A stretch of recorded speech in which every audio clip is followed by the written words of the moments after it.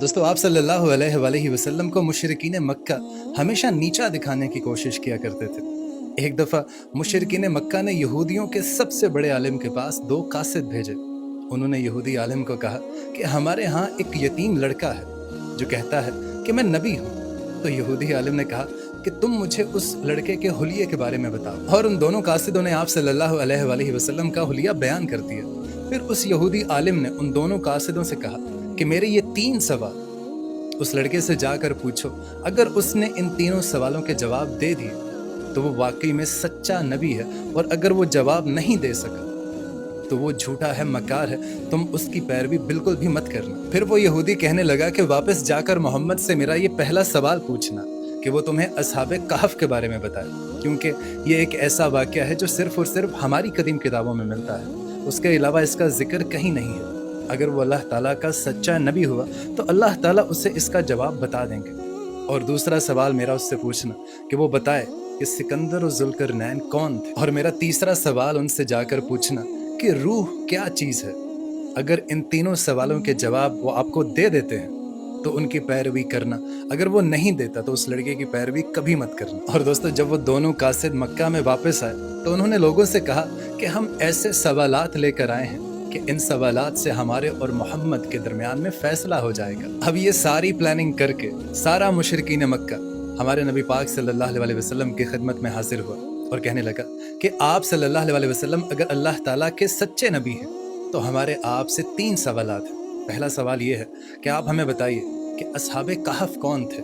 दूसरा सवाल हमें बताइए कि सिकंदर और जुल्करनैन कौन है। और तीसरा सवाल हमें बताइए कि आप सल्लल्लाहु अलैहि वसल्लम रूह के बारे में क्या जानते हैं। अब ज़रा यहाँ से ध्यान से सुनिएगा। दोस्तों रिवायात में है कि नबी अकरम सल्लल्लाहु अलैहि वसल्लम ने फरमाया कि तुमको इन सवालात के जवाबात मैं कल दूंगा, लेकिन आप सल्लल्लाहु अलैहि वसल्लम ने ये नहीं फरमाया था कि इंशाअल्लाह ताला मैं कल आपको इन तमाम सवालात के जवाब दूंगा। अब इसका असर ये हुआ कि आप सल्लल्लाहु अलैहि वसल्लम पर अल्लाह ताला की तरफ से कोई वही नाजिल नहीं हुई, और जब सुबह हुई तो कुरैश मक्का के लोग आप सल्लल्लाहु अलैहि वसल्लम की बारगाह में हाजिर होकर जवाबात का इंतजार करने लगे। लेकिन आप सल्लल्लाहु अलैहि वसल्लम के पास उन सवालात के कोई जवाब नहीं थे, तो कुरैश मक्का के लोग आप सल्लल्लाहु अलैहि वसल्लम को लेकर तरह तरह की बातें करने लगे। और माज़अल्लाह उन लोगों ने यहाँ तक कह दिया कि अल्लाह ताला ने आप सल्लल्लाहु अलैहि वसल्लम को छोड़ दिया है।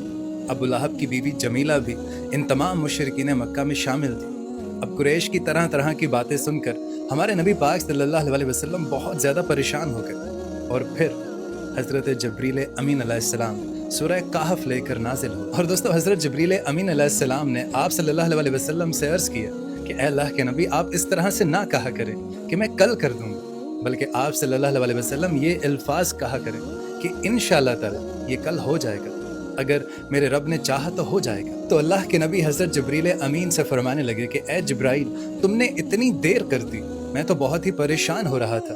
तो इस पर हज़रत जबरील अमीन अलैहिस्सलाम अर्ज़ करने लगे कि ए अल्लाह के नबी, हम अल्लाह ताला के हुक्म के बगैर कुछ भी नहीं कर सकते। और फिर दोस्तों हज़रत जबरील अमीन अलैहिस्सलाम ने आप सल्लल्लाहु अलैहि वसल्लम को कुफ़ार के उन तीनों सवालात के जवाबात भी बताए। पहले सवाल के जवाब में आप सल्लल्लाहु अलैहि वसल्लम उनसे फरमाने लगे कि असहाबे कहफ वो नौजवान थे जो दीन हक की तरफ माइल हो गए। ये लोग अल्लाह ताला को एक मानते थे, यानी खुदा पर ईमान ले आए थे। ये लोग हज़रत ईसा अलैहिस्सलाम के दीन पर थे और इसमें दिन ब दिन इजाफा हो रहा था। और बाज़ रिवायात में ये भी बयान किया गया है कि ये वाक़या हज़रत ईसा अलैहिस्सलाम के दौर से पहले का है। और उस वक्त के बादशाह का नाम दकियानूस हुआ करता था। वो बहुत ही जालिम था और उसने अपनी तमाम रियाया को शिर्क पर लगा रखा था। वो एक बहुत ही बड़ा मेला करवाता था और उस मेले में बहुत ही बड़े पैमाने पर बुत परस्ती हुआ करती थी। अब ये भी लोग अपने वालिदैन के साथ उस मेले में दाखिल हुए। जब उन्होंने वहाँ मुशरिकीन को बुतों की पूजा करते हुए देखा तो वहाँ के लोगों से मायूस होकर वापस निकल गए। अब ये सब लोग जो असहाबे कहफ थे वो अपने अपने वालिदैन, अपने अपने रिश्तेदारों के साथ गए हुए थे और ये एक दूसरे को जानते नहीं थे। लेकिन जब उन लोगों ने उनको बुतों की पूजा करते हुए देखा तो वहाँ से बेजार होकर एक दरख्त के नीचे आकर बैठ गए। अब वो सब जब आपस में अल्लाह ताला की इबादत करते हैं और इसको कभी भी तर्क नहीं करेंगे। और आप लोगों की भलाई भी इसी में है कि तुम तमाम लोग अल्लाह ताला की इबादत करो, क्योंकि अल्लाह ताला एक है। बुतों की पूजा से हमें कुछ नहीं मिलने वाला। हमारा मालिक जिसकी हम इबादत करते हैं वो ज़मीन व आसमान का मालिक है।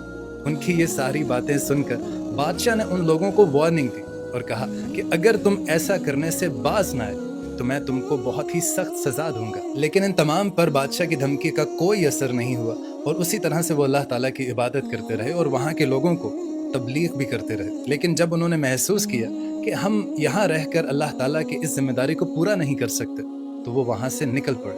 تو ان کو حکم ہوا کہ تم کسی پہاڑی میں جا کر پناہ لے لو۔ اب ان تمام لوگوں نے بادشاہ کے ڈر سے ایک پہاڑی میں جا کر پناہ گزین ہو گئے۔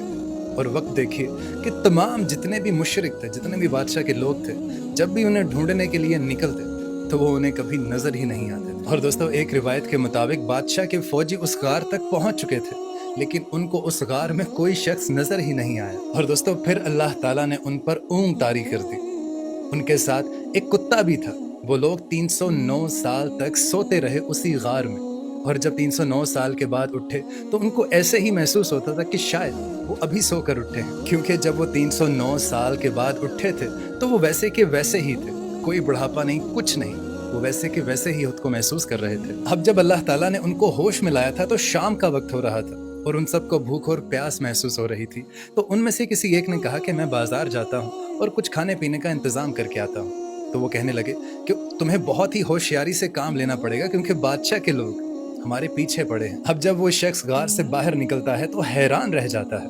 اب اسے کیا پتا کہ وہ 309 سالوں کے بعد نکل رہا ہے۔ اس نے دیکھا کہ تمام حالات و واقعات، تمام نقشہ جات بدل چکے ہیں۔ خیر، وہ شخص ڈرتا گھبراتا بازار میں پہنچا اور اس نے کچھ چیزیں لی، تو اس نے دکاندار کو ایک سکہ دیا۔ دکاندار وہ سکہ دیکھ کر حیران ہو گیا اور پوچھنے لگا کہ تم کہاں سے آئے؟ تو وہ شخص کہنے لگا کہ میں یہیں رہنے والا ہوں، اسی جگہ کا رہنے والا ہوں۔ اور جب یہ ساری باتیں ہو رہی تو سارے لوگ بازار کے اس سکے کو دیکھنے کے لیے جمع ہو گئے اور یہی پوچھتے رہے کہ تم آئے کہاں سے ہو، تم یہاں کے نہیں لگتے۔ تو وہ شخص کہنے لگا کہ میں اسی شہر کا رہنے والا ہوں، میں شام کو ابھی آیا تھا۔ اس شہر کا بادشاہ دقیانوس ہے۔ اب وہ سارا مجمع جو وہاں اکٹھا تھا وہ اس کی باتوں کو سن کر ہنس رہے تھے۔ وہ سمجھ رہے تھے کہ شاید یہ کوئی پاگل ہے۔ وہ اس شخص کو پکڑ کر بادشاہ کے پاس لے گئے، اور جب اس شخص کو بادشاہ کے پاس لے جایا گیا تو اسے بتایا گیا کہ دقیانوس کی بادشاہت کو ختم ہوئے 300 سال سے زیادہ ہو چکے ہیں، اور مختصر یہ کہ وہ تمام اصحاب کہف جو غار میں تھے، انہوں نے غار میں ہی اپنی آخری سانس بھی لی تھی۔